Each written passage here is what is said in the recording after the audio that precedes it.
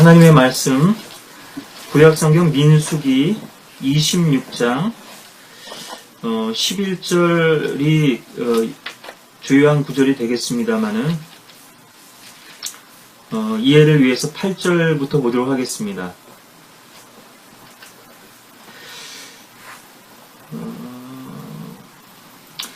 여기 지금 26장에서는 백성을 계수하는 것에 대해서 말씀하시면서 5절에 이스라엘의 장자 르우벤이 먼저 나오는데요. 르우벤의 아들 가운데서 이제 팔루의 아들들은 엘리압이요. 8절에 엘리압의 아들들은 누무엘과 다단과 아비람이라. 이 다단과 아비람은 회중 가운데서 유명하였으니 코라의 무리 가운데서 모세와 아론을 거역하여 싸운 자들이라. 그들이 죽게 거역하여 싸울 때에 땅이 그 입을 열어서 그 무리와 코라를 삼키자 그 무리가 죽었더라. 그때 불이 250명을 삼켰으니 그들이 표적이 되었더라. 그러나 코라의 자손은 죽지 않았더라. 오늘 하나님의 말씀의 제목은 코라의 아들들인데요. 11절에서는 아주 의미심장한 그러한 또 단서와 암시가 주어져 있습니다. 그러나 그럼에도 불구하고 코라의 자손들은 죽지 않았더라. 사실은 여기는 르우벤의 자손을 지금 열거하는 대목인데요. 11절은 이제 삽입 구절이 되겠죠. 어떻게 보면 좀 맥락과 상관없이 뜬금없이 지금 끼어 들어와 있는 그런 구절인데요. 다단과 아비람 그리고 코라의 반역 사건을 지금 말씀하시면서 백성들의 고관 250명이 이 불에 삼켜졌던 코라의 무리와 함께요. 반역의 도당들과 함께 주동자들과 함께 같이 하나님께 심판받은 그런 사건을 또 언급하고 있죠. 지금 백성을 계수하는 것도 그렇고 계보나 족보에서도 그렇고요. 중요한 대목들을 우리가 지난번에 이제 칼미의 아들 아칼이었죠. 아칼. 역대기에서는 아칸의 경우도 봤습니다만 족보를 언급할 때 아주 중요한 사건들은 또 성경에서 성령께서 또 다시 한번 이렇게 또 주지시키는 것을 우리가 볼 수 있는데요. 코라의 아들들, 이 지금 코라의 반역 사건은 민수기 16장에서 자세히 다루고 있는데요. 오늘 우리가 주로 다루고자 하는 것은 물론 이 코라의 반역은 아닙니다만 그 배경을 이해하기 위해서 우리가 민수기 16장에서도 이 내용을 좀 살펴볼 텐데요. 그 전에 지금 명절 전후로 해서 계속 이제 비가 내리고 있는데요. 그리고 한 10여일 전에는 경주에서 지진이 있었고 또 300여 차례 이상 계속 여진이 지금도 계속되고 있는지 모르겠습니다만은 여진도 있었고요. 아주 큰 피해는 아니었습니다만 또 우리나라에서는 드물게 내륙에서 또 있었던 발생한 큰 지진 사건이었는데요. 또 지금 태풍이 남기고 간 그 비구름 때문에 아주 폭우가 지금 가을 장마라고 해야 될까요? 보기 드문 또 이 폭우 피해가 지금 남부지방에 극심한데 우리가 하나님께서 하시는 일들을 다 알 수는 없습니다만 성경에서 어떤 큰 원칙들은 발견할 수 있죠. 최근에 또 국가적으로는 큰 또 경제적인 위기 상황도 맞고 있는데요. 조선업이 지금 붕괴가 됐고요. 대우조선 같은 경우, 어마어마한 지금 부채를 남기고 있고, 또 이것을 유지하기 위해서는 국가 경제 때문에 이걸 그냥 그냥 방치될 수는 없으니까요. 또 어마어마한 그런 비용이 또 투입돼야 되는 것이고, 일단 밑 빠진 독에 물 붓기인데요. 그래서 2020년까지 또 철강 산업도 배를 건조하는 쓰였던 그런 그 철강 후판 같은 것도 생산량을 줄여야 되고, 지금 구조조정이 이미 들어가 있습니다만 또 한진해운 사태도 있었죠. 네. 이 모든 것은 하나님의 이 민족에 대한 죄에 대한 심판이겠죠. 큰 이제 그런 맥락에서 봤을 때요. 지진 같은 것도 마찬가지고 주님께서 오실 때가 가까웠다는 그런 증거로서 사인으로서 제시되기도 합니다만 이 민족의 죄에 대한 심판인데 죄에 쩌든 이 민족, 이 한국 민족은 겉으로는 종교적이고 또 선한 삶을 사는 것 같이 보이지만은 겉과 속이 너무나 그 이중적이고 다른 그런 민족성, 국민성을 가지고 있는데요. 비단 남부 지방, 아랫역만 해당되는 것은 아니겠습니다만 특히나 이제 경남 쪽은 경북 경남 이쪽은 다 불교가 강한 지역이죠. 예, 우상숭배가 아주 심한 지역이고 또 썩을 대로 썩었다고 할 만큼 비리가 부패가 아주 심했던 고위층과 또 권력형 비리 또 이 구조적인 악이 아주 극심한 그런 곳이었는데요. 지금 얼마나 많은 사람들이 이 경제난에 허덕이고 있는지 이런 개인적인 차원에서의 국가 부채도 지금 기하급수로 늘어나고 있습니다만 그런 개인적인 차원의 어떤 경제적인 어려움도 하나님께서 개개인을 다루시는 부분입니다만 민족적으로 또 이 부분을 다루시고 있다고 하는 것을 우리가 또 놓칠 수가 없는데요. 또 주목해야 될 텐데요. 비라고 하는 것은 성경에서 민족들 심판하시는 그러한 주요한 도구를 하나님께서 쓰셨고요. 특히나 이스라엘 민족하고도 많은 또 연관이 있고 우리가 아합의 때를 봐도 가뭄으로 특히나 이제 비를 주시지 않는 이 가뭄으로 인해서 하나님께서는 또 민족들을 치시기도 했는데요. 그만큼 하나님께서는 이것이 이제 수확하고 연관이 있기 때문에요. 아모스서 4장 7절에 보시면은 또 추수가 아직 3개월이나 남았을 때 내가 너희에게 비를 멈추게 하였노라. 내가 한 성읍에는 비가 내리게 하였고 다른 성읍에는 비가 내리지 못하게 하였더니 어떤 땅에는 비가 내렸고 비가 내리지 않은 땅은 말랐느니라. 하나님은 아주 정밀하게 지금 타격을 하고 계신 거죠. 예. 반드시 그러한 원인과 이유가 있다고 하는 것인데요. 성경에는 폭우 피해는 여긴 중동 지방이니까요. 언급되지는 않습니다만, 비가 너무 적게 내려도 문제지만요. 날이 너무 더워도 문제고요. 냉해도 있죠. 또 날이 너무 추워도 문제고, 예, 그것도 수확기에 한창 이제 곡식이 연글 때 기후가 많은 영향을 미치죠. 또 비가 너무 많이 내려도요, 낙과도 생기고, 예, 많은 이제 피해가 따르게 되는데, 우리 누가복음 17장에 있는 말씀 제가 한 구절 더 보겠습니다. 17장 34절부터 36절인데요. 내가 너희에게 말하거니와 그 밤에는 두 사람이 한 침상에 있다가 한 사람은 데려가게 되고 한 사람은 남게 되리라. 두 여인이 함께 맷돌을 갈고 있다가 한 사람은 데려가게 되고 한 사람은 남게 되리라. 또 두 사람이 들에 있는데 한 사람은 데려가게 되고 한 사람은 남게 되리라고 하시니라.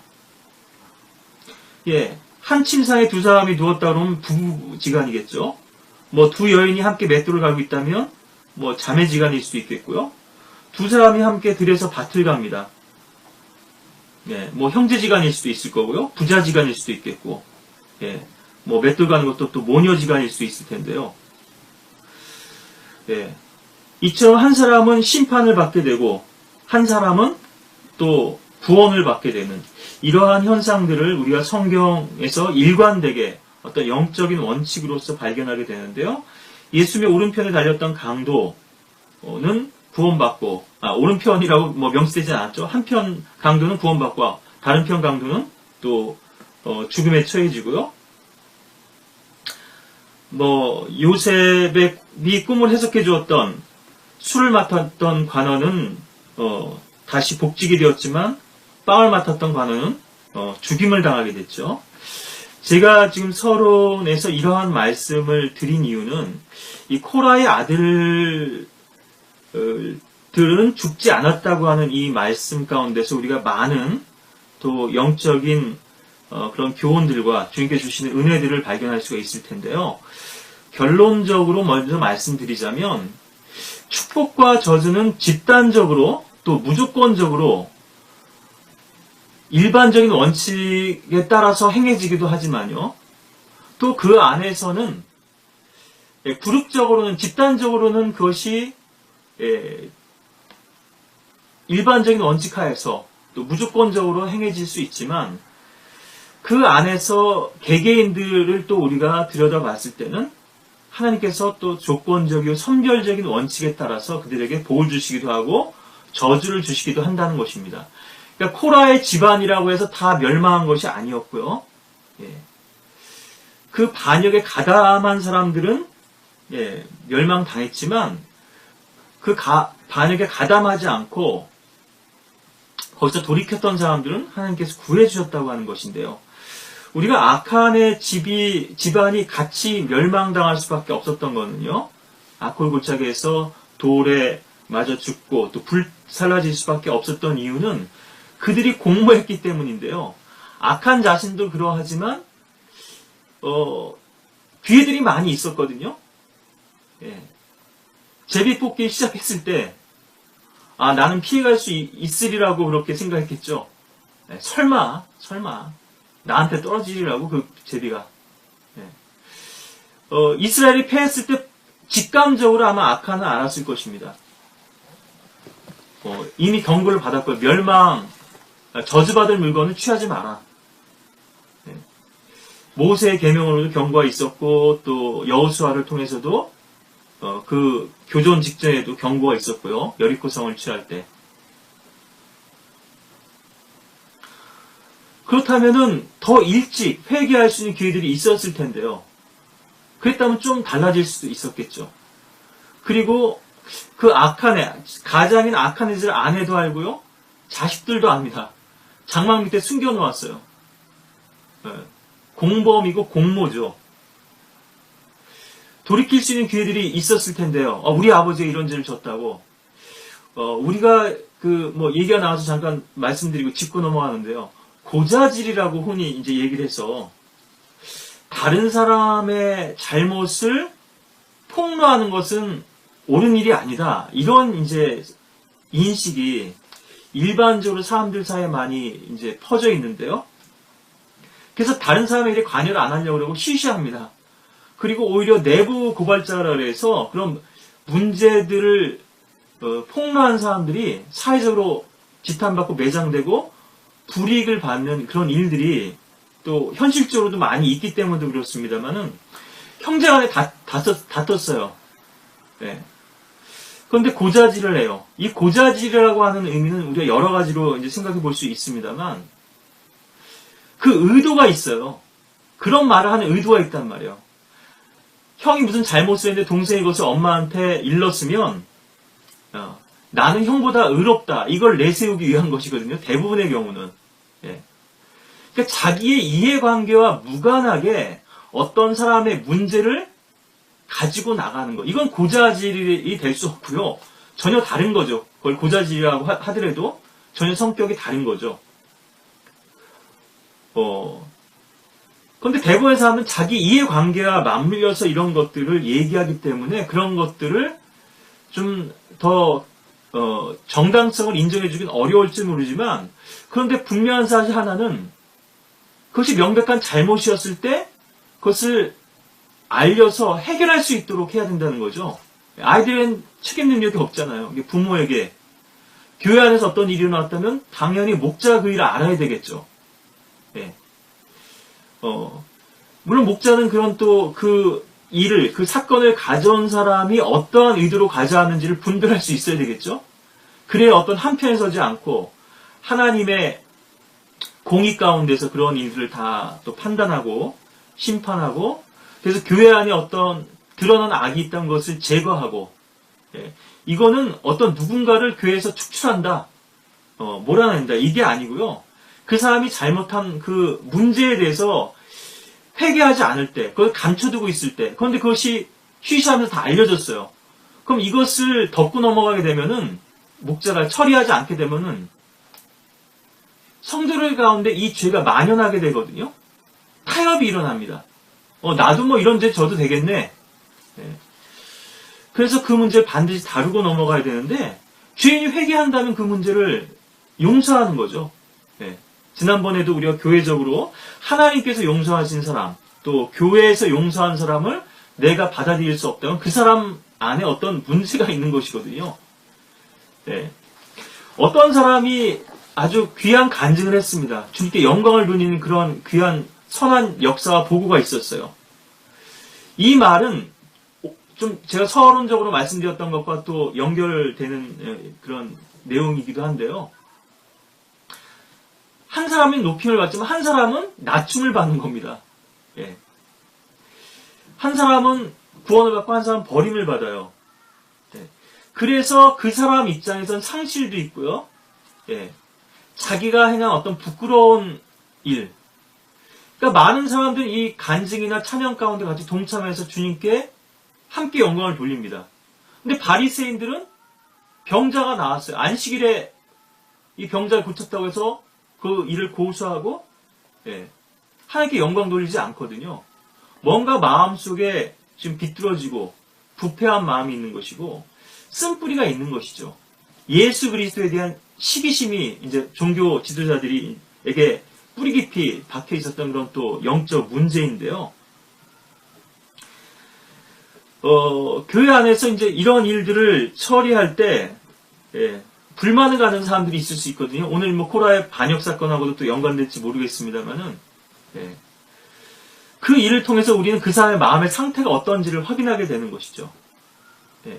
다른 사람들 다 주님을 찬양하고 영광 돌리는데 거기 참여할 수 없는 사람이 있다. 그 사람은 뭔가 자기 이익에 지금 얽혀 있는 것이거든요. 자기가 지금 높이를 받아야 되는데 저 사람 대신에 내가 얼마나 주님을 열심히 섬겼는데 나는 칭찬을 안 받고 저런 사람을 칭찬해 주시냐, 높여 주시냐, 그런 어떤 시기심과 질투심이 또 쓴뿌리가 그 마음속에 깊이 잘 잡고 있는 것이죠. 그래서 결국 그 사람은 그 누구도 그 사람을 손가락질하지 않음에도 불구하고 얼굴이 울그락불그락 변하고 결국은 자기 안에 있는 그 죄의 욕망을 그 악함을 드러내게 되는 것인데요. 그래서 스스로 무한을 당하는 것이죠. 그래서 교회 안에 이제 어떤 죄에 대해서 우리가 반드시 그것이 드러났다면 하나님께서 감추실 일을 일부러 다 휘짓고 다닐 필요는 없죠. 저 사람 뭐 잘못했을 거야. 이 사람 이런 잘못을 했을 거야. 어떤 혐의를 가지고 의심을 하는 것은 또 다른 잘못입니다만 하나님께서 그것을 드러내셨는데 그것을 처리하지 않고 넘어가게 되면 결국은 교회는 부패하게 되는 것이죠. 그 순수성을 잃게 되는 것이고요. 근데 반면 그 사람이 회개했다면, 돌이켰다면, 그 사람이 진실된 마음으로 이렇게 주님 앞에 나왔다면, 시간을 두고 간증을 회복하고 또 교제를 회복할 수 있도록 기회를 또 줘야 되겠죠. 그래서, 오늘 또 제가 주제와 상관없이 고자질이라는 이 얘기를 또 드렸는데요. 다른 사람의 잘못을 이야기하는 것이 사랑으로 이야기하는 사람이 있을 수 있고요. 지금 저 사람이 혼자 저 문제 해결할 수 있는 능력이 없으니까 도움을 청하기 위해서 어떤 경우는 저 사람을 음모하고 또 파멸시키기 위해서 이것이 바로 또 마귀의 의도와 또 하나님의 의도의 차이죠. 동일한 어떤 사건과 상황에서도 그렇게 이제 자세나 또 시각들이 달라질 수 있는데요. 민수기 16장, 이 코라의 반역 사건을 우리가 좀 이제 보자면요. 하나님께서는 이처럼 일방적으로 모든 사람을 무조건적으로 심판하시지 않는다는 거죠. 뭐 예정론이라든가 칼빈주의 그런 맹점에 대해서 자주 말씀드립니다만, 뭐 이런 예들이 너무나 많기 때문에요. 우리 민수기 16장 1절, 2절 보시면은 레위의 증손 코앗의 손자 이스알의 아들 코라와 엘리압의 아들들, 아까도 봤지만 이 엘리압의 아들, 엘리압은 루벤의 아들이고요. 엘리압의 아들들. 그러니까 지금 루벤과 레위의 입장에서 보자면 다 3대 손인데요. 손자인데요.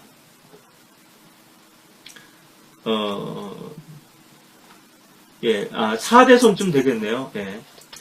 엘리압의 아들들 다담과 아비람과 루벤의 아들들 중에서 펠렛의 아들 온이 사람들을 취하여 이스라엘 자손의 어떤 사람들과 함께 모세 앞에 일어섰으니 회중에서 유명하고 잘 알려진 사람들인 집회의 고관들 250명이더라.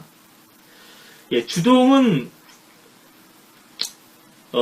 코라였고요. 코라는 레위인이죠. 레위인 이제 코아 족속에 속한 레위인이고요. 뭐 이따가도 찬찬히 더 보겠습니다. 볼 기회가 있겠습니다만은 코아의 아들이 이제 암람이고요. 암람은 이제 모세와 아론을 낳았죠.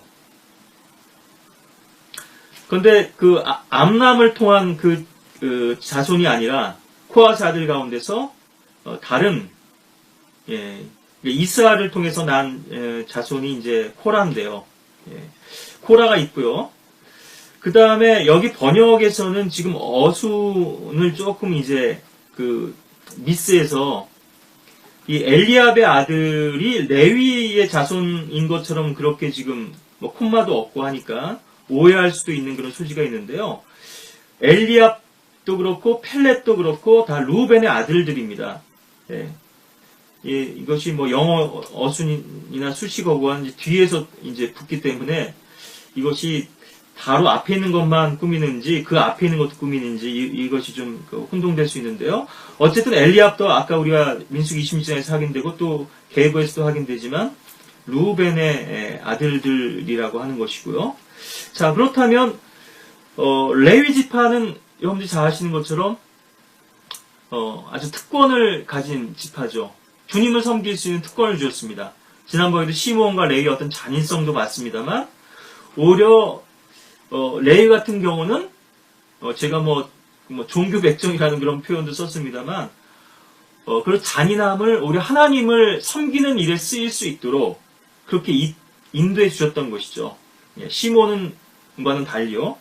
시므온은 그 잔인함이 계속 육신적인 성향으로 육신적인 쪽으로 개발이 됐지만 레위는 주님을 섬기는 쪽, 영적인 쪽으로 좀 개발이 된 것이죠. 그 이후에 근데 이 루벤은 장자잖아요. 아까도 우리가 봤죠. 민수기 26장에서 백성을 계수할 때 이제 처음 언급되죠. 근데 역대기에 가면은 장자권에 따라 계수될 것이 아니라고 하면서 요셉이 나오고요. 요셉의 두 아들 므낫세와 에프라임이 나오고 여기도 순서가 바뀌었죠. 원래는 므낫세가 장자인데 에프라임은 앞에 세우시고 또 이것이 한 번 더 역전되잖아요. 그래서 요셉에게서 또 다시 이제 이 장자권을 따라선 요셉에게 갔지만 메시아는 결국 이제 유다 혈통. 그래서 유다가 가장 먼저 역대기에서는 계보상 보면 언급이 되고 가장 많은 비중을 차지해서 언급을 하십니다. 다 그리스도와 관련된 것이죠. 아직 이 민수기나 이 민수기에서는 이 계보에서 이런 부분들이 명확하게 나뉘어지지는 않았는데요.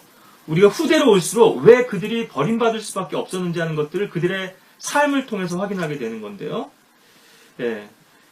루벤과 이 코라는 결국은 열등감이죠. 그리고 시기심이죠. 니들만 그래, 왜 회중들보다 자신을 높이냐? 3절에도 나오죠. 그들이 모세와 아론을 거역하여 사람들을 모으고 그들에게 말하기를, 이 모세와 아론을 거역했다는 것은 결국 하나님께서 세우신 자들인데요. 하나님께 지금 거역했다는 거죠. 대적하고 있다는 거죠. 너희가 너무 분수에 지나치도다. 온 회중이 각기 거룩하고 주께서도 그들 가운데 계시는데 너희가 어찌하여 주의 회중보다 너희 자신들을 높이느냐 하니. 예. 이제 이들은 아주 크게 착각하고 있는 건데요. 회중들보다 자신을 높인 것은 하나님이셨죠. 이 모세 아론을 회중들보다 높여주신 분은 하나님이셨거든요. 우리가 이제 뭐 신약 교회에도 이 부분을 적용할 부분이 많이 있겠습니다만, 또 왕 같은 제사장 직분과 관련해서도 민수기 우리가 2장에서 레위 지파 안에서도 또 나뉘어지는 역할들이 있고 또 지위가 달라지는 부분들이 있거든요. 예. 이 부분은 우리가 나중에 제사장 직분과 관련해서 또 기회가 있을 때 같이 살펴보도록 하겠고요. 신명기 17장에도 나오지만 왕은 형제들보다 자신을 높여서는 안 돼요. 그러니까 이거는 인간의 자세죠. 예. 모세와 아론의 자세입니다. 그러니까 이런 일이 벌어졌을 때마다 모세와 아론은 엎드리잖아요. 예. 그것을 통해서 자신들을 백성들보다, 회중보다 높이지 않고 있다. 인간적인 면에서는 그걸 이제 우리가 확인하게 되죠. 지금 하나님께 높여주신 부분에서는, 영적인 권위에 있어서는, 예. 그래서 하나님께서 모세를 이집트에서 위대하게 하셨거든요. 그 10가지 재앙을 통해서, 예. 이집트 사람들 가운데서 높이시고 영화롭게 해주셨습니다. 너는 나를 대신할 것이다. 너는 아론에게 신이 될 것이다. 이렇게까지도 말씀하시죠.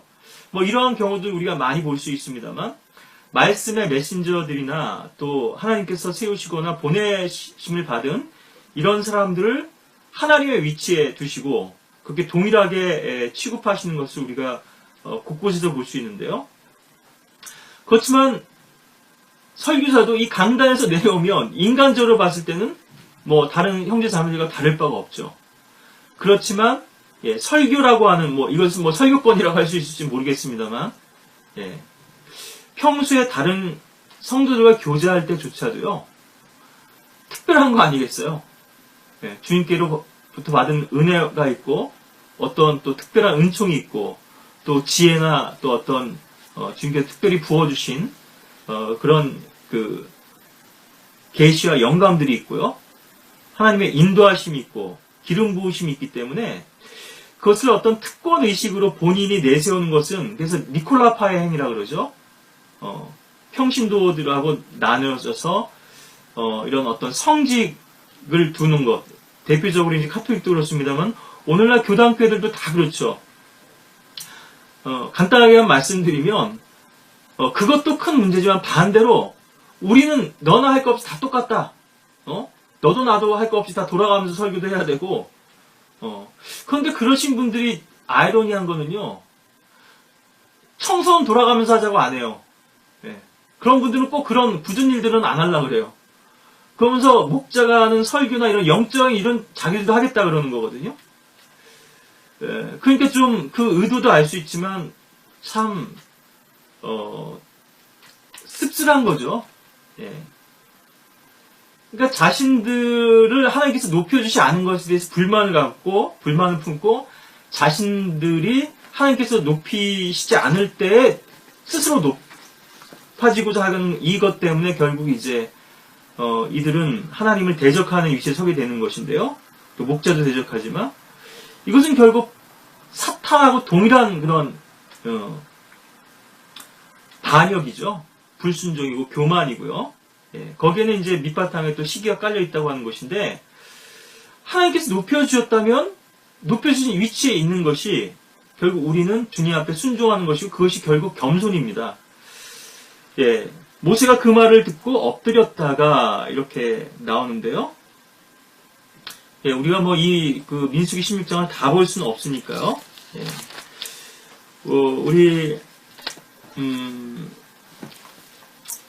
그래서 이제 이 누후벤은 장자였기 때문에요. 더더욱이나 이제 이러한 시기심과 불만이 증폭돼가지고 결국 이런 코라와 같이 손을 잡고 반역을 하게 되는데,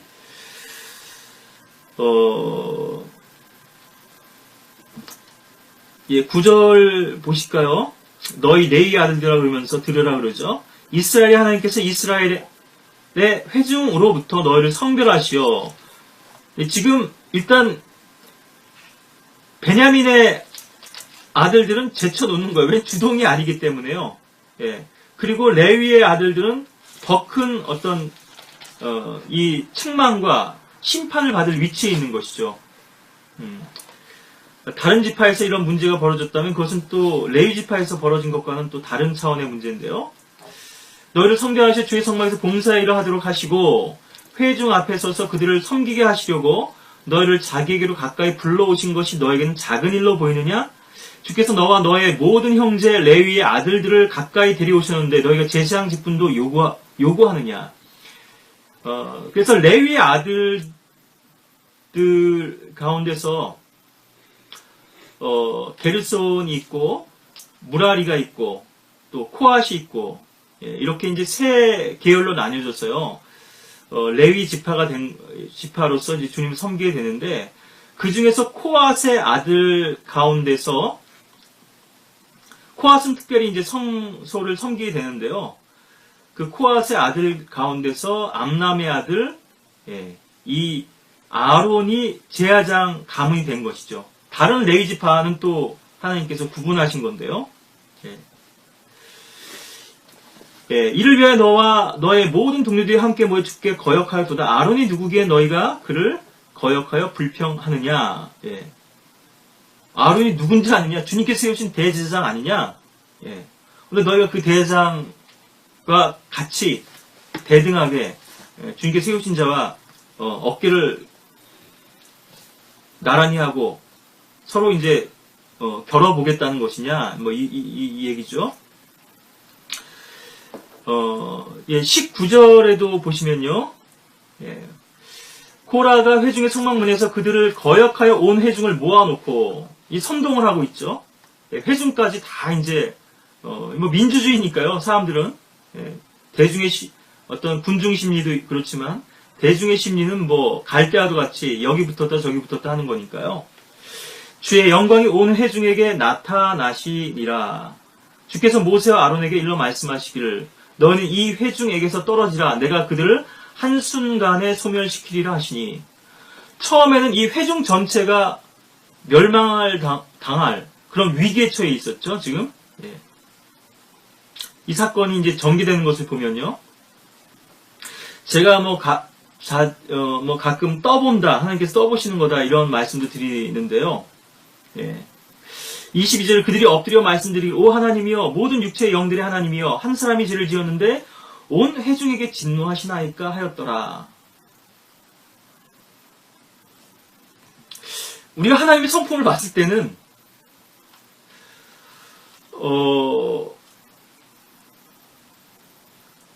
의인을 악인과 함께 멸하실 수 없거든요. 뭐 아브라함의 중보 기도 가운데도 나옵니다만, 근데 왜 하나님께서는 이것을 모세와 아론에게 회중을 소멸시키시겠다고 그렇게 말씀하고 계실까요? 예, 그래서 제가 이제 하나님께서 떠보시는 것 같다, 이런 말씀을 드리는데요. 인간들의 반응을 보시는 거죠. 이 모세와 아론의 특히 반응이죠. 중재자 아니겠어요? 예. 특히나 목자들이 어떤 감정에 휩싸여가지고 치리할 수도 있고, 또 성도들한테 이 영적인 권위를 육신적인 권위, 자기의 어떤 그 불만을 해소하고 또 감정 분풀이를 하고 그런데 또 쓸 수도 있거든요. 예, 참 두려운 일인데요. 하나님께서 이 주신 권위, 설교자들은 말씀을 전파하는 사람들인데요. 이 말로써 흥할 수도 있고요. 이 입으로 말로써 망할 수도 있는 위치에 있는 자들입니다. 그 말을 잘하면 위로의 말과 또 생명의 말씀도 될 수 있지만 권위의 말씀도 될 수 있고, 네. 그래서 평소에도 뭐 주의해야죠. 네. 뭐 농담 자체가 잘못된 건 아닙니다만, 네. 말 실수를 잘못해가지고 하나님의 권위를 잃게 만드는, 스스로 자기 권위를 깎아내리는 그런 일들이 있을 수 있거든요. 그리고 다른 사람의 생명도 살릴 수 있지만 사람을 죽일 수도 있어요. 그 영혼을 망칠 수도 있단 말이에요. 위로하는 것이 아니라 그 영혼을 오히려 상처에 소금을 끼얹듯이 그렇게 할 수도 있죠. 그 말로써. 때에 맞는 말이 얼마나 아름다운 걸 자막에도 말씀하고 계신데요. 지혜롭게 합당한 때에 그 말들이 행해지지 않으면 그것이 아무리 옳은 말이라 할지라도 예. 그리고 그 대상이 지금 어떤 상태인지 예. 지금 완고한 마음의 상태인지 아니면 연약한 상태인지를 모르고 아무 말이나 뱉는다고 한다면 큰일 날 텐데요. 그래서 이 모세와 아론의 또 우리는 아까도 엎드렸었죠. 사제에 보니까 엎드렸고요. 이 엎드렸을 때 뭐라고 기도했을까요? 예. 뭐 예수님께서 가나안 현장에서 잡혀온 여인에게도 바닥에 글을 쓰셨는데요. 뭐라고 썼는지 정확하게 성경에는 명시하지는 않고 있는데, 예. 뭐라고 기도했을까요? 예. 일단 자신들을 돌아봤겠죠. 이거는 겸손을 의미하기도 하고 또 기도를 의미하기도 하는 건데, 아마 예수님의 기도였겠죠. 저들의 죄를 사하여 주십시오. 예.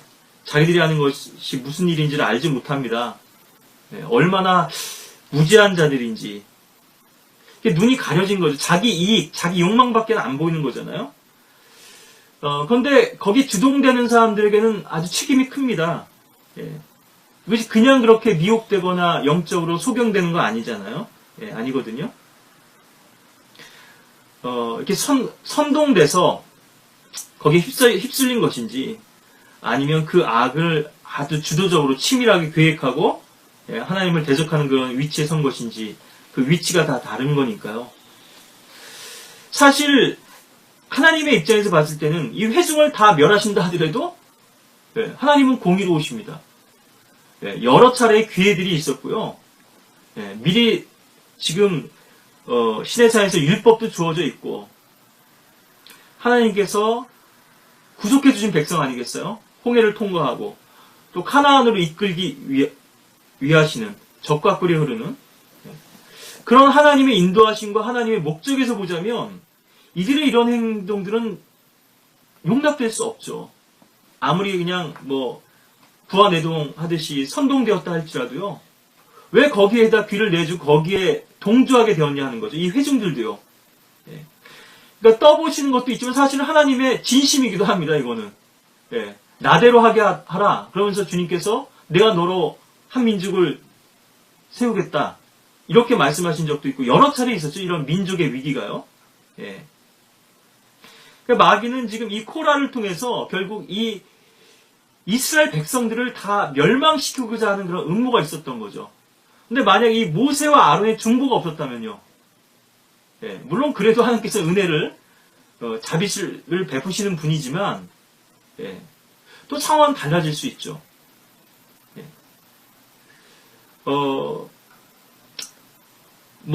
그 성도들도 회중들도 다른 마음을 품고 다른 그런 그 악한 의도를 가지고 목자에게 어떤 문제를 제시할 수 있죠. 예.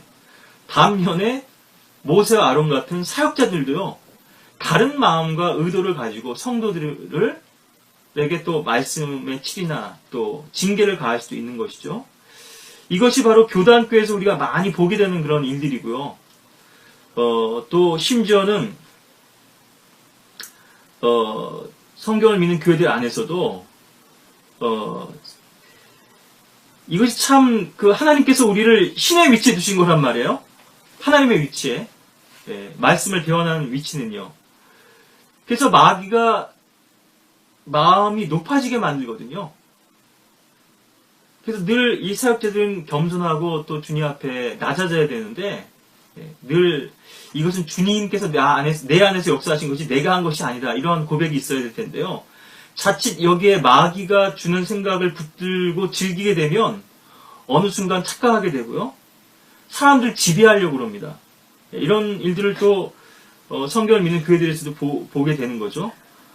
아까도 지금 아랫역에서 있었던 폭우 사태를 말씀드렸지만, 뭐 방화동 엘리야가 이번에는 기도를 안 하는 것 같아요. 예. 아니면 기도를 너무 세게 해가지고, 날이 너무 더우니까 비가 오게 해달라고 기도했더니 이제 뭐 비가 너무 많이 넘치게 와가지고, 예, 참 제가 뭐 우스갯소리로 말씀드립니다만, 모든 걸 다 자기 합리화시키는 거잖아요.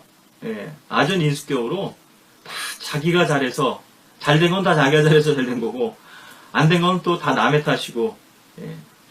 그러니까 하나님과의 교제나 그 어떤 관계 속에서의 다루심을 받을 수 없는 그런 그 마음의 상태죠. 뭐든지 자신을 유리한 위치에다 두니까요.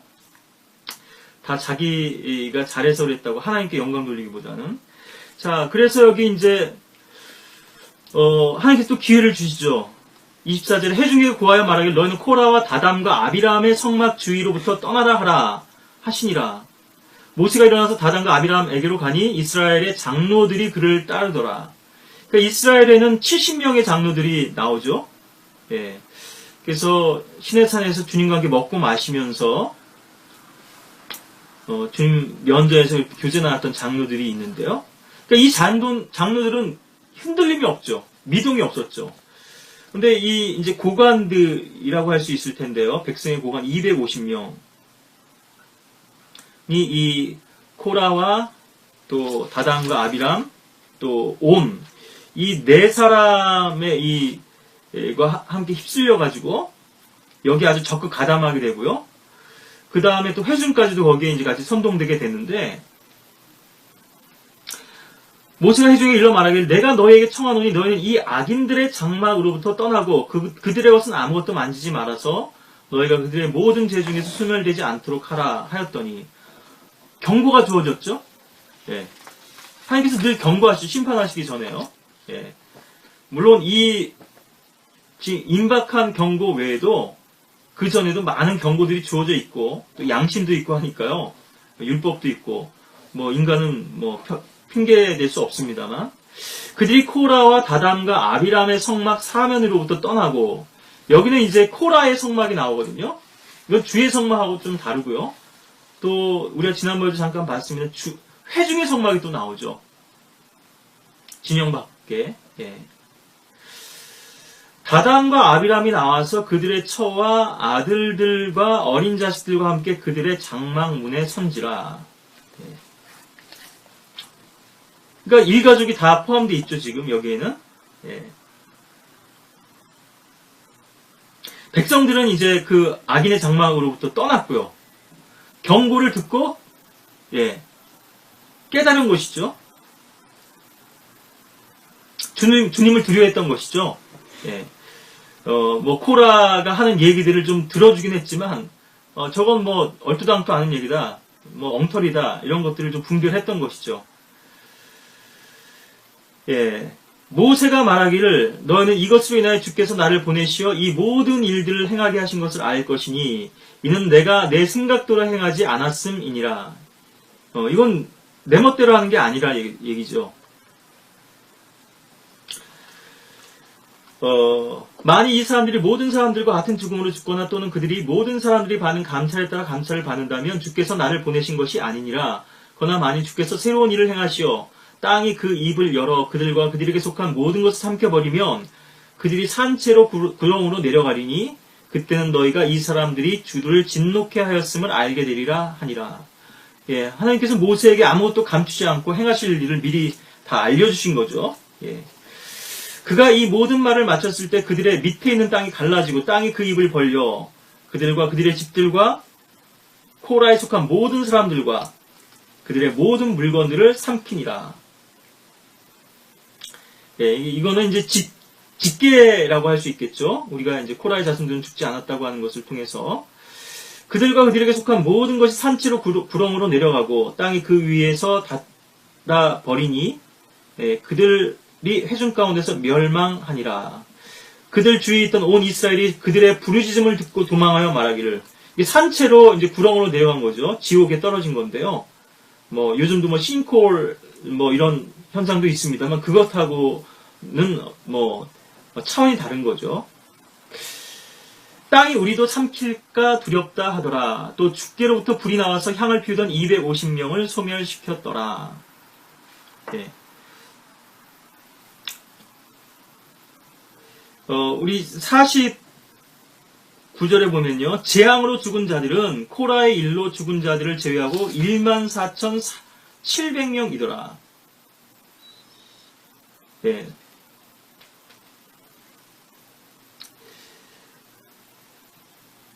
하나님께서 분명히 경고를 하시고 기회를 주셨는데요. 하나님께서 심판하신 것이 불의하다 이거예요. 그래서 불만을 이제 제기했거든요. 41절에 그러나 이튿날 하루가 지났어요. 예. 불을 봤을 때는 두려워서 떨더니요. 하룻밤 자고 나더니만 이 사람들이 또 정신을 못 차리는 거예요. 이스라엘의 온 회중이 모세와 아론을 대적하여 불평하며 말하기를 너희가 주의 백성을 죽였도다. 계속 이거를 혼동하거든요. 주님께서 하신 일과 주의 종이 한 일. 예. 때론 주의 종에게 감사해야 될 때도 있겠죠. 예. 말씀을 하시는 것과 모든 좋은 것을 함께 나누라고 했는데요. 예. 그럴 때는 이건 주님께서 하신 일이야. 그러니까 감사하지 않죠. 물질도 드리지 않고 뭐 굶든지 말든지. 예. 그런데 정작 또 주님께서 하신 걸로 영광을 돌려야 할 때는 책임을 또 지우고 전가하는 거죠. 이 사역자들한테. 이게 다 당신 탓이다. 응? 그러니까 하나님께서 유예를 해주셨는데요. 경고하실 기회를 주셨는데, 예, 그래서 45절에 보니까 너희는 이 회중으로부터 떠나라. 내가 순식간에 그들을 소멸시키리라 하시니 그들이 엎들이니라. 그래서 주의 진노가 이제 발하게 됐고요. 제단의 불 가운데서. 그래서 또 급히 아론이 모세가 명한 대로 가서 또 속죄하죠. 백성을 위해서. 그래서 14,700명, 코라일로 죽은 250명 플러스 알파겠죠. 코라와 다단과 아비람의 그 가족, 일가족들. 예. 그러면 적어도 한 1000여 명 정도 됐을까요? 한 500명 정도는 됐을까요? 한 300명 정도? 예, 한 3,400명 됐을까요? 그 사람들 외에도 14,700명. 그래서 여호수아와 칼렙 외에는 출애굽 2세대를 제외하고는 이집트에서 나왔던 모든 사람들이, 모든 전사가 소멸되죠. 참 안타까운 그런 일인데요. 이러한 반역 사건이나 어떤 불평이나 어떤 굵직굵직한 일이 있을 때도 이렇게 멸망을 당하지만요. 하나님께서 그들을 다루시고 치시는 거죠. 예. 이거는 그룹적으로 다루신 거고요. 근데 그룹 안에서도 또 이 14,700명이 어떤 사람들이었을까? 우리가 좀 생각해 볼 수 있겠죠. 예. 뭐 하나님께서 정밀 타격하시는 그런 분이시라는 걸 우리가 안다면 이건 그냥 우연히 뭐 죄 없이 죽은 게 아니잖아요. 죄로 인해서 죽은 거죠. 그것도 이렇게 아주 그 하나님을 대적하는 그런 위치에 서서, 예. 그러니까 장막 속에서 불평했다 이런 말씀도 성경에는 나오는데요. 예, 숨어서 했던 말도 하는 게 다 아시는 거죠. 예, 그들을 찾아서 그들의 죄를 발각하시고 다 이제 심판하시는 건데요. 하나님께서는 사라가 웃은 것도 다 아셨죠. 예? 안 웃었습니다. 그랬지만 네가 정녕 웃었느니라. 예. 발뺌을 할 수가 없죠. 자, 이러한 그 재앙과 저주 가운데서 속함을 받은, 구원을 받은 코라의 아들들인데요. 코라의 아들들은 거기에 가담하지 않았다는 거죠. 예. 참 놀랍죠. 이 하나님의 역사가. 왜 아버지는 악한데 자식은 저렇게 선한 자식이 나오고 또 아버지는 선한데 왜 자식은 그렇게 또 악한 자식이 나오는지 분명 뭐가 문제가 있는 거죠. 이 태생에요. 인간의 씨에 어떤 문제가 있는 거죠. 예, 아담으로부터 물려받은. 예. 여기에 이제 또 하나님의 놀라운 또 은혜와 역사가 있겠습니다만은, 이를테면 이게 이제 연자제라고 할 수 있을 텐데요. 예. 성경에 보면은 이제 아버지의 죄로 인해서 아들을 죽이는 것을 율법에서는 금하고 있으시거든요. 뭐 우리나라에서 1980년대 이후로는 이러한 연자제가 사실상 폐지됐다 그러는데요. 예. 특히나 이제 뭐 방공, 그죠? 국가보안법 이것과 관련해 가지고 다른 거는 친고죄가 적용되지 않는데, 예. 부부간에라도 이거는 뭐 같은 가족이어도 아버지가 뭐 간첩이고 공산당이면은, 예. 그거를 이제 고발해야 되는 거죠. 아까도 뭐 고자질 말씀했습니다만, 예.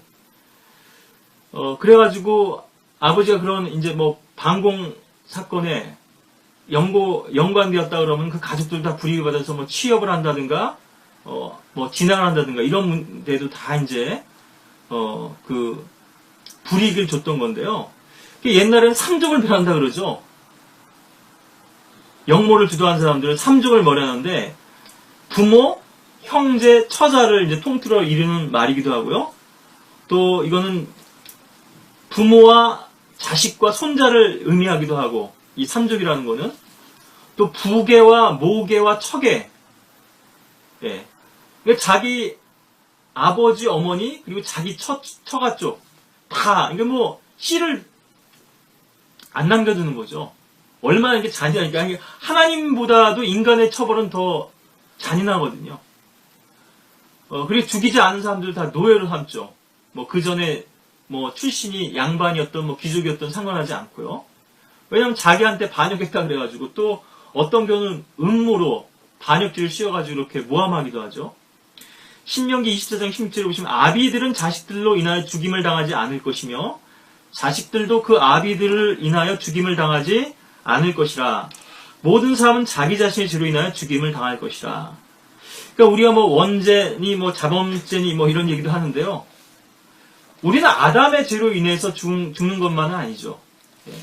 그건 죄의 어떤 본성이 아담으로부터, 첫사람 아담으로부터 우리에게 전달되었다고 하는 것이고, 결국 우리 자신의 죄로 인해서 죽는 것인데요. 뭐, 역사서에서도 이런 예들이 많이 나오는데, 아비들이 신포들을 먹어 그 자녀들의 이가 시큰거린다? 라고 다시 말하지 아니하리라. 예. 그런 일들, 아버지의 잘못을 아들이 죽는 그런 일들이 일어나지 않을 것이다. 제가 그냥 참고 구절만 말씀드리겠어요. 왕하 14장 5, 6절에서도 나오고요. 아마샤 왕이 그렇게 부왕을 죽인 신하들의 자식들은 죽이지 않았죠. 또 예레미야서 31장 29절 30절에도 나오고, 에스겔서 18장 2절 4절에도 이런 내용들이, 특히나 이제 에스겔서 18장 같은 경우는 이런 내용들이 또 더 자세하게 언급이 되는데요. 그래서 무죄한 자와 의로운 자를 함께 죽이지 말라는 것이 출애굽기 23장 7절에 나와 있는 율법의 말씀입니다. 하나님께서는 기회를 다 주시죠. 그러니까 코라가 잘못해서 그 자식들까지 다 죽게 하진 않았던 것인데요. 근데 그 가족들은 특별한 위치에 있었던 거죠. 이제 직계 가족은요. 떠나라고 경고했는데도 떠나지 않았죠. 아내도 남편이 잘못했다면 주님 편에 서야 되는 거 아니겠어요? 남편 편에 서는 것이 아니라. 남편도 아내가 잘못했다면 주님 편에 서야지 아내 편에 서면 안 되는 거죠. 그럼 결국 같이 망하자는 것밖에 안 되거든요. 이것이 또 우리가 영적 전쟁이 일어났을 때 분명히 또 취해야 될 입장인데요. 태도를 분명히 표시하지 못하는 것은 갈등을 겪고 있는 거 아니겠어요? 분별이 없어서도 그럴 수 있지만 분별의 문제라기보다는 뭔가 지금 자기 이익과 연관되어 있는 것이죠. 영적인 문제라고 하는 이 영적 분별이라고 하는 것은 아주 작은 것을 통해서 우리가 분명히 알 수 있는 어떤 영적 본질을 꿰뚫어 보는 그런 부분인데요. 이를테면 양다리 걸치는 것이고 닭쥐와도 같은 것이죠. 예. 우리 안에 있는 어떤 그러한 또 그 비겁함일 수 있는데요. 왜 주님 편에 서기를 두려워하는가? 주님께서 우리의 보장이 되신다는 걸 안다면 나머지는 고려하거나 계산하지 않겠죠. 근데 나머지를 자꾸 어떤 환경이라든가 상황이라든가 자기 이익을 계산하다 보니까 주님 편에 서는데 머뭇거리게 되는 거죠. 오늘도 뭐 시간이 벌써 많이 갔기 때문에 이 부분을 더 나눌 말씀들은 많습니다만 자세히 말씀드리기는 어려울 것 같은데요. 아까 말씀드렸던 것처럼 이 누벤과 코라는 결국은 자기들은 더 좋은 대우를 받아야 된다. 난 장자가 아니냐? 나도 같은 레위인 아니냐? 예, 이런 어떤 그 열등감이나 이제 시기심에 빠져 있었던 건데요. 우리가 이제 이스라엘 진영을 보면요. 이 진영 바뀌라는 것이 이스라엘 진영은 12지파가 주의 성막 주위에 이제 동서남북으로 세 지파씩에서 12지파가 진영을 치고 있었는데요. 이 이스라엘의 4분의 1이죠. 그 세 지파가 진을 친 이 한쪽 면을 그 수를 헤아릴 수 없을 만큼 많아서요. 200만이라고 치면은 대전시 인구보다도 많은 거거든요. 대전광역시. 오늘날에는 뭐 아파트도 있고요. 이런 일테면은 이제 집합 건물들이 많아서도 그렇습니다만은 이 사람들이 이렇게 넓은 땅에 살고 있는데요. 아무리 그들이 장막에서 뭐 이렇게 밀집 생활을 했다 할지라도 엄청난 이것이 그 진영이 범위였을 거고요. 엄청나게 거대한 그러한 그 모습이었을 텐데, 그래서 이스라엘 진영 전체라고 하는 그런 진영을 우리가 생각해 볼 수 있고요. 우리가 또 생각해 볼 수 있는 부분은요. 지난번에 신명기에서 배변하는 그런 것도 우리가 봤죠. 진영 밖에 나가서 볼일을 봐야 되는데요. 근데 각 지파의 진영에서 또 진영 밖이 있을 수 있고요. 각 지파 안에서도 족속별로 또 캠프 진영이 나눠지는 거죠. 그러니까 이 진영 밖이라고 하는 것을 전체의 진영 밖도 있을 수 있고요. 이렇게 이제 다양하게 우리가 좀 더 세밀하게 나눠볼 수 있는데, 어찌됐건 간에요. 그래서 루벤 지파는 남쪽의 진영을 쳤거든요. 루벤하고 시몬, 갓이 이제 같이 남쪽의 진영을 치는데, 이들은 성막 주위의 진영을 또 치고 있는, 성막 남쪽에는 코앗이 진영을 쳤고요. 서쪽으로는 게르손, 북쪽으로는 또 무라리, 이렇게 또 레위 지파가 성막 주위의 진영을 치고 있고, 또 12지파가 또 둘러가며 진영을 치고 있는데, 동쪽으로는 이제 유다 지파가 있고, 또 모세와 아론이 진을 치고 있었죠. 그러니까 회중의 성막이라고 하는 것은 바로 모세와 아론이 진을 두고 있었던 성막 동편인 것 같다. 이렇게 이제 좀 추측이 되는데, 어쨌든 루벤하고 코앗은 지금 붙어 있잖아요. 그래서 코앗의 아들들인 이 코라, 특히나 어깨에 매는 것을 이제 매는 일을 했었던 건데, 이 코앗 족속들은요. 그러니까 더 이제 짝짝꿍이 됐겠죠. 교실 맨 뒤에 앉아가지고 떠들거나 잡담하거나 선생님 흉보거나 이런 애들 있는 것처럼, 진영에서 제일 뒤에 처진 자들을 또 아말렉이 쳤었죠. 그러니까 서로 이렇게 뜻이 통했던 것입니다. 루벤과 이 코라는요, 다단과 아비람, 오는 서로 뜻이 통해가지고 결국 이렇게 대적 사건을 일으킨 것이었는데요. 참 안타깝죠. 장자였는데 계속해서 버림받는 위치에 떨어진단 말이에요. 이 루벤의 아들들은. 같은 코앗 족속이고 제사장의 직분을 행하는데 레이지파의 그런 성막의 봉사를 행하는데 한 사람은 대제사장이 되고요. 제사장 지파가 되고 한 사람은 그냥 레위 지파의 레위인으로 머물게 되는데 그조차도 하나님의 은혜고 특권이라는 사실을 망각하고요. 그것을 잘 섬겼으면 주님께서 더 높여주셨을 텐데 자기 스스로 높아지려고 하니까 결국은 저주받고 멸망당하는 위치에 놓였던 것이죠.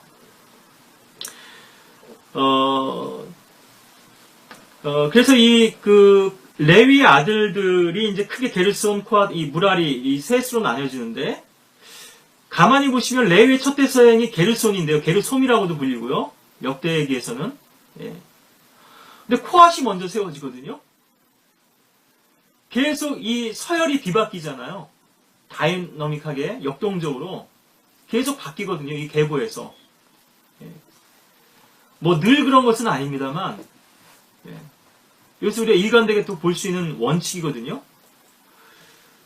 그리고 아론이 물론 대제사장으로 선임되긴 했습니다만 모세를 통해서 또 주님께서 역사하셨던 거 아니겠어요?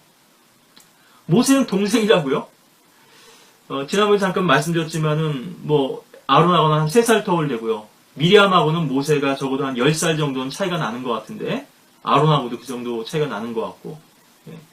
계속 주님께서는 장자보다는 차자를 이렇게 들어쓰시는데 이것은 무조건적인 게 아니라는 거죠. 그들 안에 있는 어떤 영적인 자질을 보신 거 아니겠어요? 영적 어떤 잠재력을. 예. 하나님께서 모든 것을 다 미리 아시니까요. 자, 그래서 이 레위의 아들들이 이제 성전에서 주님을 찬송하고 노래하는 일들을 하게 되는데요. 중앙에는 코앗의 아들들이 있습니다. 이 코앗의 아들 가운데서 이제 코라의 아들, 이 계보가 역대상 6장에 이게 쭉 나오는데요. 헤만이 이제 그 우두머리가 되고요. 대장이고요. 또 오른쪽으로는 게르솜의 아들이 있습니다. 게르솜의 아들들 가운데서 이제 아삽이 그 대장이고요. 또 좌측으로는 무라리의 아들 가운데서 이제 에단이 이제 또 대장이 되거든요. 그래서 이 코앗이라고 하는 이름의 뜻은 지폐라는 뜻인데요. 또 그 코라의 아들 가운데서 헤만의 아버지가 이제 아비아삽 또는 에비아삽이라고 불리는데, 이것은 이제 수학의 아버지라고 하는 그런 뜻이고요. 이따가도 이제 아삽이라고 하는 걸 보겠습니다만, 이제 모으는 자, 수집하는 자, 뭐 이런 거죠. 이제 걷어들이는 거니까요. 수학이라는 것이. 에비라고 하는 것은 이제 아비, 뭐 다 마찬가지지만 아버지라는 뜻이고요. 아삽이 이제 수학, 수집하다, 모으다 이런 의미가 있는 것인데, 헤마는 신실하다고 하는 또 그 이름의 뜻을 가지고 있고요. 우리가 이제 이런 이름의 뜻, 그 계보에 나오는 그 아버지부터 아들에 이르기까지 이 대대에 이르는 그 이름의 뜻들을 잘 또 연구해 봐도요. 거기서 어떤 하나님의 또 역사나 또 의미들을, 영적 의미들을 우리가 또 발견할 수 있을 텐데, 또 게르솜은 이제 모세가 추방당했을 때 이제 그 자기 아들을 게르솜이라고 지었죠. 이게 같은 이름이죠. 게르솜, 레위의 아들. 예. 추방이라는 의미고, 아삽은 베라키아의 아들인데 베라키아는 복받은 자라는 뜻이거든요.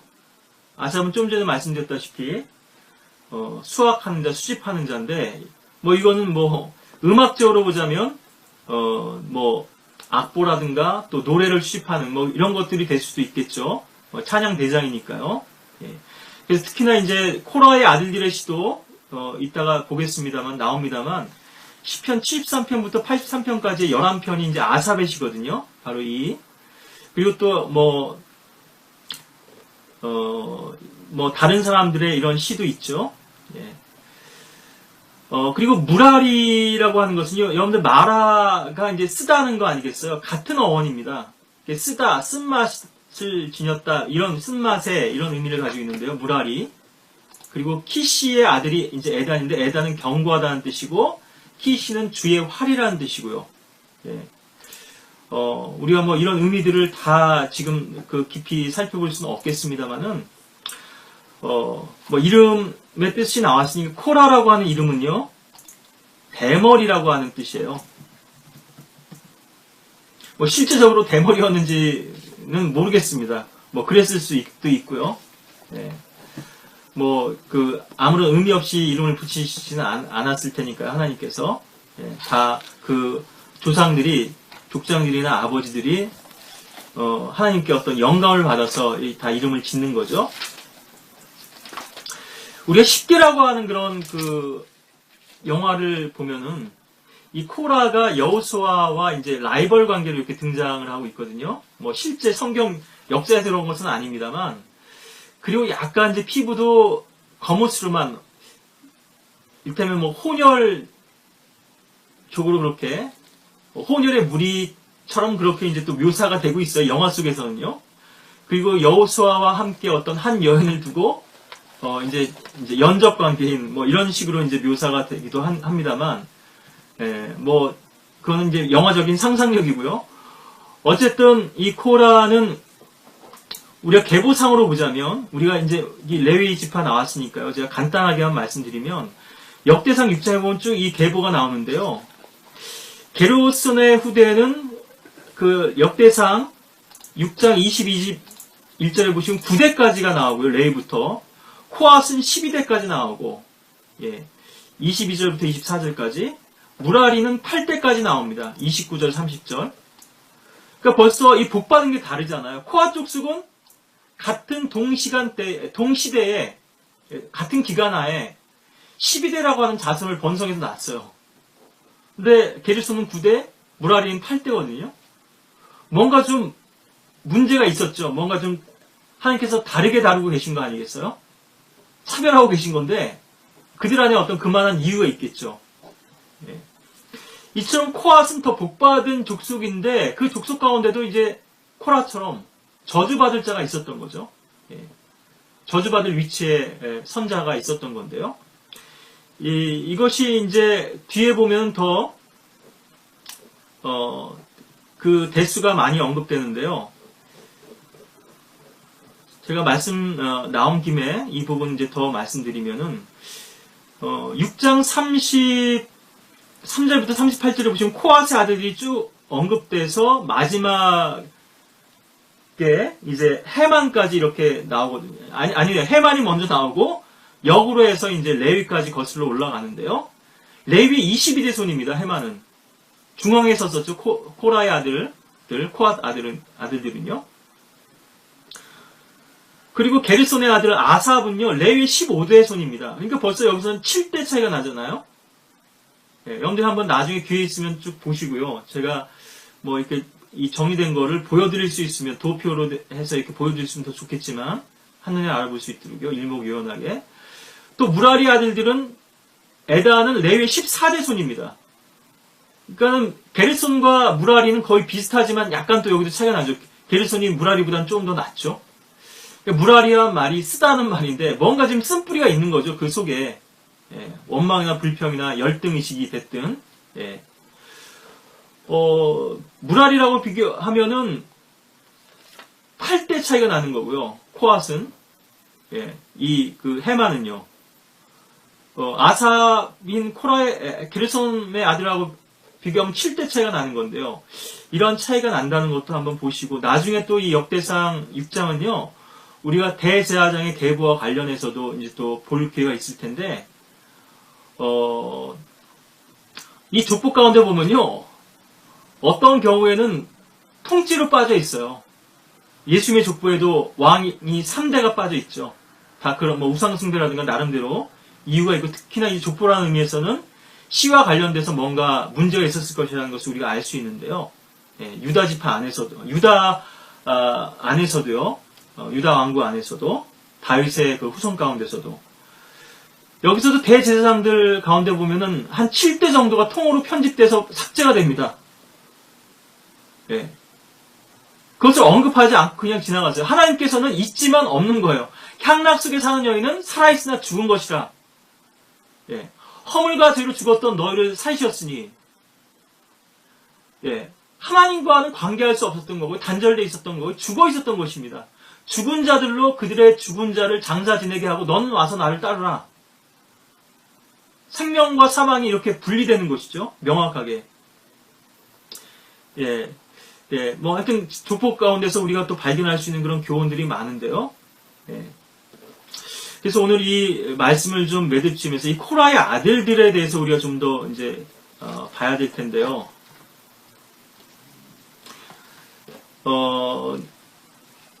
하나님을 찬송하는 위치에 두셨다고 하는 것. 그리고 그들을 이 시편에도 11편이 아까 아사베 시도 11편 나옵니다만 코라의 아들들을 위한 시라 그래가지고요. 시편 42편, 44편, 45편, 46편, 47편, 48편, 49편, 84편, 85편, 87편, 88편에 그 타이틀에 소제목에 또 이렇게 이름이 들어가 있죠. 코라는 상당히 치욕스럽고 불명예스럽고 저주받을 이름인데 코라의 아들들이라고 하는 이름으로 성경에서 이렇게 반복해서 기록하고 있거든요. 참 하나님의 은혜죠. 그 아버지와 함께 자식을 같이 멸하지 않으시고 회개하고 돌이킬 기회를 주시고 그들이 회개한다면 하나님께서 구원해 주시는 건데요. 그들에게 가죽 옷을 입혀주기를 원하시는 거죠. 예수의 피의 구속, 은총으로 그들의 허물을 가려주기를 원하시는 건데요. 예.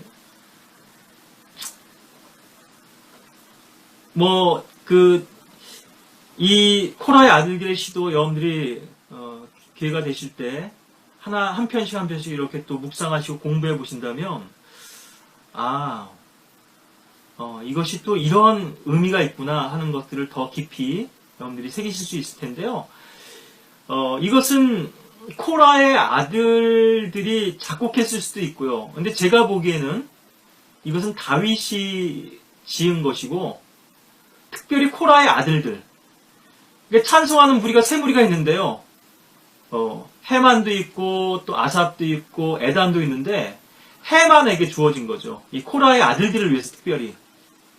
그러니까 이들이 주님을 찬양하는데 더 열심이었다고 하는 것을 우리가 좀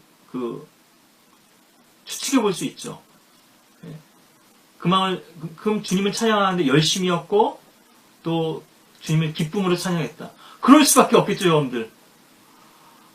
역사를 통해서 보건대 우리는 우리 아버지와 함께 저 지옥 복수에 떨어질 수밖에 없는 운명이었고 저주받은 위치에 있던 자들인데 하나님께서 우리를 이렇게 특별한 은총 가운데 살려주시고 주의 성막에서 봉사할 수 있게 하셨을 뿐 아니라 주님을 찬양할 수 있는 특권을 주셨다. 우리가 그 몇 가지 관련 구절들만 좀 더 보시고요. 오늘 이 말씀을 좀 마무리 지었으면 좋겠는데요. 역대상 16장 7절에 보시면 그날 다윗이 주께 감사를 드리려고 아삽과 그의 형제들의 손에 먼저 이 시를 전하였더라. 여기서 이제 아삽에게 이제 주어진 시인데 이 감사. 그러니까 곡조도 아마 이제 구분이 되고요. 시편 안에서 곡조명도 나오고 또 이제 어떤 특별한 주제에 관련 알타스킷이라든가 이러한 또 관련된 또 시도 나오고 하는데요. 감사송이 나오죠. 주께 감사를 해가지고 시편 저 뒷부분에 보면은 감사송들이 이렇게 많이 또 이렇게 집중해서 나오죠. 예, 그래서 이를테면 감사의 시는 아삽에게 주어서 부르게 한다든가 이렇게 좀 이를테면은 레파토리가 좀 달랐던 것처럼 이제 생각이 되는데요. 악자는 취 뮤지션 그래가지고요. 이를테면은 지휘자입니다. 리드싱어일 수도 있겠고요. 구약적으로 보자면은 아카펠라도 있었겠습니다만 보면 악기가 다 등장하죠. 스펄전 같은 사람은 아예 악기를 사용하는 것을 교회 안에서 싫어했는데요. 이건 참 그의 또 잘못 중에 하나죠. 예. 다 인간의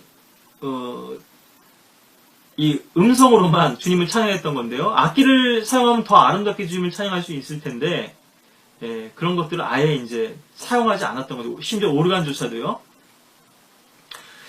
이렇게 이제 작곡가가 특히 이제 다윗이죠. 시편은 다윗이라고 명명된 것 외에도요. 사실 많은 부분이 다윗이 지었을 것이고 또 그 외에도 아삽의 시라는 것도 있죠. 아삽이 직접 지은 시도 있고 직접 작곡가가 거명되는 부분도 있습니다만 역시나 이 성정 경배라든가 찬송의 모든 제도를 만든 게 다윗이었고 악기조차도 또 다윗이 만들었기 때문에요. 다윗을 통해서 이들이 많이 영감을 받았을 것이라고 이제 우리가 이렇게 미루어 볼 수가 있고요. 하박국 3장 같은 경우도 하박국의 기도지만 시기온옷으로 드려졌다 그러고 현악기들에 맞추어서 악장에게 이렇게 드려졌다고 3장 19절에서 나오는데요. 그래서 다윗의 악기는 하나님의 악기라고도 불리는데요. 역대상 16장 42절에 보면은 해만과 여두둔이 나팔과 심벌즈와 하나님의 악기들을 가지고 함께 소리를 내는 자들로 소리를 내게 하였고, 이렇게 언급되는데 나팔은 관악기고요. 심벌즈는 일종의 타악기일 수 있겠죠. 그러니까 하나님의 악기라고 하는 것은 언급은 없지만 현악기의 가능성이 높고, 또 역대하 5장 13절에 보시면 여기서도 나팔, 심벌즈 그리고 악기들이 나오는데, 여기서 하나님의 악기들이라는 말도 없지만 아마 그 하프 같은 또 솔터리 같은 현악기이지 않겠는가, 이제 이렇게 또 짐작이 되죠. 느헤미야 12장 36절에서는 하나님에서는 다윗의 악기라고 하는 말도 나오고요. 또 아모스 6장 5절에 보시면 비올 소리에 맞춰 노래 부르고 다윗처럼 스스로 악기를 만들며, 또 이런 표현도 있는데요.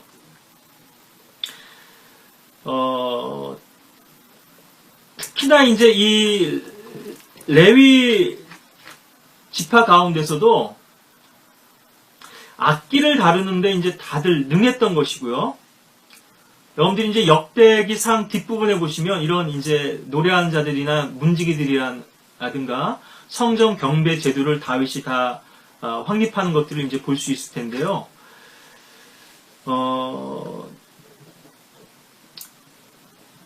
역대하 34장 12절에 더 보시면 사람들이 신실하게 그 일을 하였더라. 그들의 감독자로는 무라리의 자손들 중에서 레위인 야핫과 오바댜여, 코앗 자손 중에서는 스카랴와 무술람이었으니 그 일을 진척시키더라. 또 레위인들 중 다른 사람들은 모두 악기를 다루는 기술이 있더라.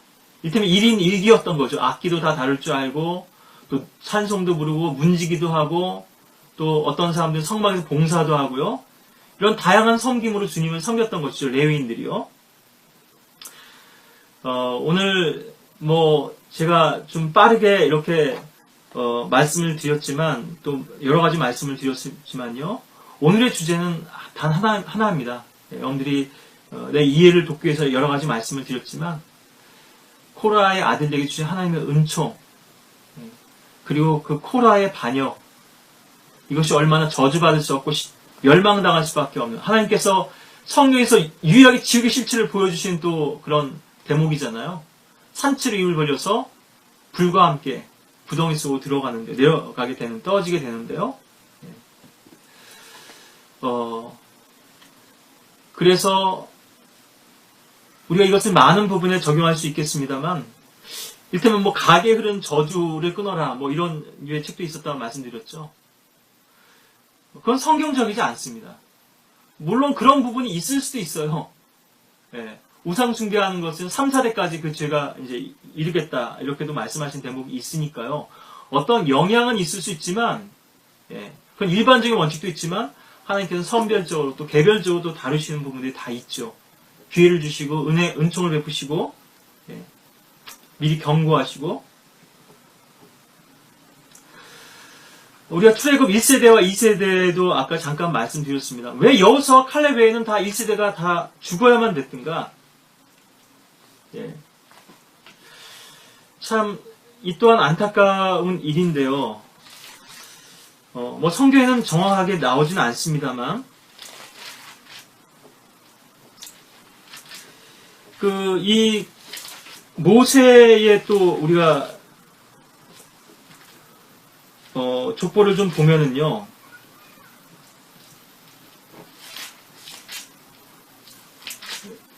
제가 좀 이제 구절을 좀 찾아보긴 해야 되겠습니다만은, 출애굽기 7장인데요, 코앗의 생명의 연수는 133년이라고 나오고요, 레위 생명의 연수는 137년이죠. 레위 237, 또 코앗은 233년. 그 다음에 나오는 것이 이제 암람, 모세와 아론의 아버지인데요. 237년입니다. 한 40세쯤에, 40 전에 모세를 낳았다고 한다면요. 모세가 80세의 파라오 앞에 서게 되니까요. 최소한 20년은 암나는 광야 생활을 하게 되거든요. 최소한이고요. 좀 더 빠르게 본다면 미리암의 나이를 봤을 때 한 20세 초에 자식을 낳았고 한 30초 중반쯤에 모세를 낳았다면 좀 더 이제 시간이 있는 건데요. 20에서 30년을 광야에서 보내게 되거든요. 자, 같은 해에 미리암 죽고 아론 죽고 모세가 죽죠. 여러 가지 상징적인 또 영적인 의미가 있습니다만 아마 이스라엘 장로 중에 한 사람이 아니었을까 이렇게 암나함이 생각되죠. 우리가 경건한 가정을 통해서 이제 모세를 주신 이 부분은 다음에 또 기회가 되면 우리가 봐야 되겠습니다만은 많은 것들을 우리가 또 생각해 볼 수 있죠. 왜 그들은 다 광야에서 소멸되어야만 했는가? 이스라엘 백성들이 불평했다 해서 모든 사람이 다 불평한 것은 아니었겠죠. 아까도 이스라엘 장로들은 모세를 따르고 있죠. 250년간은 또 분리가 됐어요.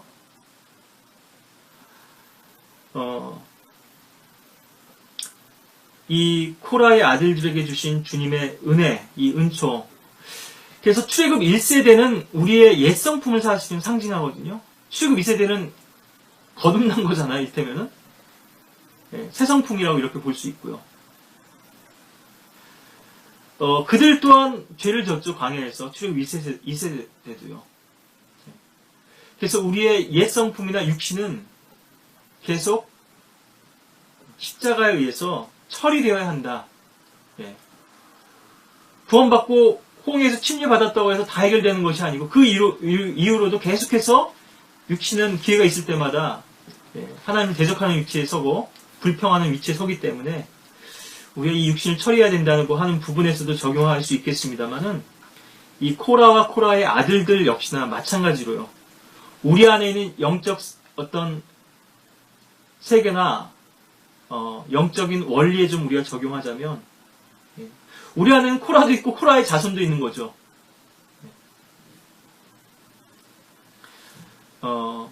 주님을 대적하고자 하는 마음, 반역하고 불순종하는 마음, 불평하는 마음, 원망하는 마음, 시험하고자 하는 마음, 이런 마음들은 모두 다 우리가 십자가 앞에서 저녁과 함께 못 받고 오전에도 찬송 불렀습니다만 시시때때로 주는 날 사랑하사 시시때때로 내게 새 힘, 새 생명 주네, 이런 찬송이 있는데요. 우리의 죄와 정욕을 십자가로 못 박고 주님과 함께 못 박혔으니 주님과 함께 새 생명 얻네, 이런 찬송 가사처럼 우리 안에 있는 또 그런 죄의 문제와 육신의 문제를 온전히 처리하고 주님의 은총을 얻고 주님을 찬송하는 자료, 주님을 섬기는 그런 귀한 자료 나아가는 코라의 아들들과 같이 또 주님의 자비를 힘있는 저와 여러분들이 되기를 바라겠습니다.